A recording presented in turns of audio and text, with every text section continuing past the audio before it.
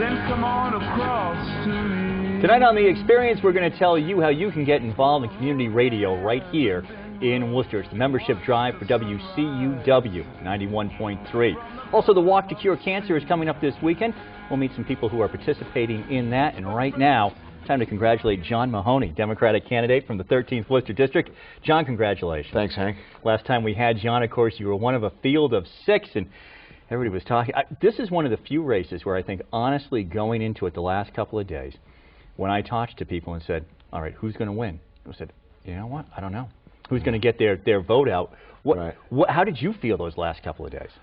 Anxious, nervous, nauseous, all the things, excited. By the time you get to that point of the campaign, everyone's exhausted, and we were working, countless hours, and it just there's not enough time in the day, Do you think, John, that there was an issue that people identified with and grabbed a hold of with you, or was it that you had run before, that you had knocked on, more doors, you got more people to it? What was it? I think the issue that resonated with the people I spoke with was education.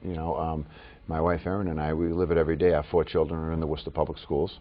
And a lot of the people you talk to on the doorstep, in some way, shape, or form are involved with education. Either their children are in it, or their children are graduates of the public schools, or their grandchildren are in there. So it's something that everybody's interested in. So now you have 2 opponents. You have an independent opponent in Ron Madnick, who ran before as a Democrat, although not this time around. And you also have Paul Franco, who is the Republican. Now it's interesting to me that there's this whole national debate and this conversation about the Tea Party. Now, Paul Franco is the Republican nominee, but he also is very closely identified with the Tea Party in the area. I mean, does that come into play at this state representative, level? Sure, but what it's going to come down to is people will compare and contrast the different candidates, and we'll talk about what I've talked about, all spring and summer long, and they'll have their argument or whatever issues they think are the most important. But we'll stay true to what the Democrats are about, and in the district, like I said, it's nuts and bolts stuff on the state rep level. I think who's going to best represent your kids or your grandchildren in the schools. Well, see, that is interesting. As you safety. said, when you went knocking on the doors and education kept coming up, and your own kids being in school, so that's something that's very close to your heart. Because when we do talk to people, or when we do listen to the news, it seems as if most people just say, hey, it's all about the economy. The economy is number one, and I guess that does tie into education as well. No, I mean, the area, we're kind of fortunate. A lot of people are working. A lot of people in the district, that's, obviously the economy, everyone's concerned about it. But I just think a lot of it has to do, in that level, is quality of life issues, public safety. Healthcare would come up now and then, because that's always, something people are constantly worried about, the increase in fees and costs. But it's, another part of it is accessibility. So a lot of people are looking for a rep where when they have a problem with the government or questions, someone they can call. So basically a lot of the job, I think, is almost an ombudsman for the citizens to reach out to and help them with their, whether it's a senior issue or, dealing with schools and anything, that with, red tape of government, would call a rep. During the debates, the question of Bob Spillane, who has decided not to run, came up. You ran against Bob on a sticker campaign a couple of years ago. His private life really got tangled up in his public life, particularly on the front pages of the Telegram and Gazette. A couple of years ago, if I recall, that's part of what prompted you to run.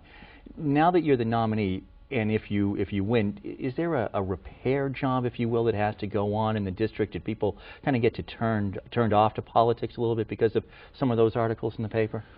I just think that now the rep will be finishing out his term, and he'll return to private life. So I believe that kind of takes care of itself. He'll go his way, and we wish him the best. And now it's about like I said, comparing what I bring to the table against the Republican and the independent candidates. So I think that people just they naturally move on, and we're excited to see what how this campaign unfolds.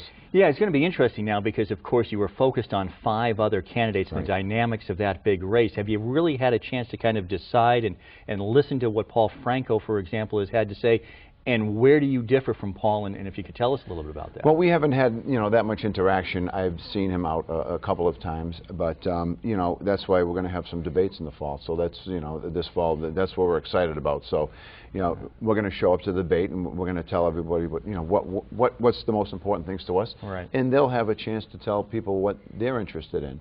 And it's going to be a vigorous fall. The campaigning, it's already begun. We've been busy right off the bat, so we haven't lost a step. Yeah, do you feel there's a lot of interest? I was a little surprised. I expected a larger turnout in the primary. Right. Well, I guess that was kind of went to the Secretary of State's projections. That's what it came a little bit higher, around 28%. But we think in the general it'll be about 50. We'd love to always have 100% voter turnout. I mean, and people have that right. And it's unfortunate that they choose not to exercise it. But all right, we've got a few minutes left here. Sure. Fix the economy for us. So what happens? Boy, we are in a heck of a hole here in Massachusetts. John Mahoney gets elected. How does he help?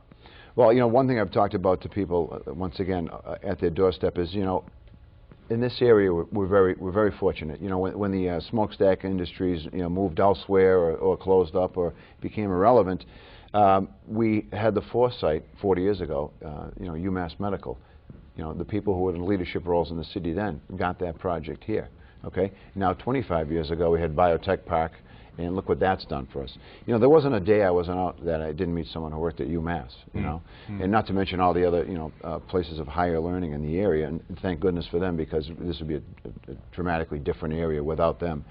But, now we have Gateway Park, WPI working in collaboration with them.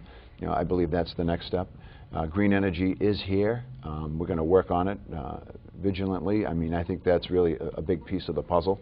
So we've had a lot of great things in line as years go by, and now we're ready for the next. We are. It seems the city of Worcester is on this incredible roll right now, whether it's the City Square groundbreaking, CSX, what's happening up at the airport being turned over to Massport. That's going to be that's going to be great too. That's another positive addition. And right North Main Street, we're going to have a lot of changes there. I think today they're going to the old courthouse. They're going to have plans for that, and someone's going to it's going out to bid. So yeah, exactly. We'll have some housing down in that area. Yeah. Worcester always seemed to be at the tipping point. Are we finally past that? All the things that we just talked about. I think we are. And you know what's kind of funny is when I was out speaking with folks, the people who are from other places are the biggest proponents of the city. The locals have been here forever. We all love it. We're familiar with it. But I'd meet people who are transferred here for obviously they might have worked at Holy Cross or Assumption, whatever college it might be, or job they took. And they're the biggest fans we have. So it's kind of neat to see that perspective. Just a minute left here, John. Sure. You represent a big part of Worcester if elected. You also represent Paxton. Right. What's the dynamic? I mean, what's the difference between speaking to somebody in Paxton and speaking to somebody in Worcester? Well, out there, it just seems that they're kind of happy the way it is, and they're concerned about their biggest concerns. Education. They have a different school setup system. They're part of the regional out there, Wachusett, and same quality of life things. Public safety. It's really I don't find much difference. From over the border from the people in Tatnick to the people in Paxton. Yeah. They have the same concerns. So. John, we look forward to having one of those debates right here on the Hank Stoltz Experience. But congratulations again. Thanks for having me. Thank you for coming in this evening. Coming up, we're going to talk about community radio right here in Worcester, how you can get involved, and also the Walk to Cure Cancer is on the way, and we'll talk about that right here on the Hank Stoltz Experience. What it is ain't exactly clear. For expert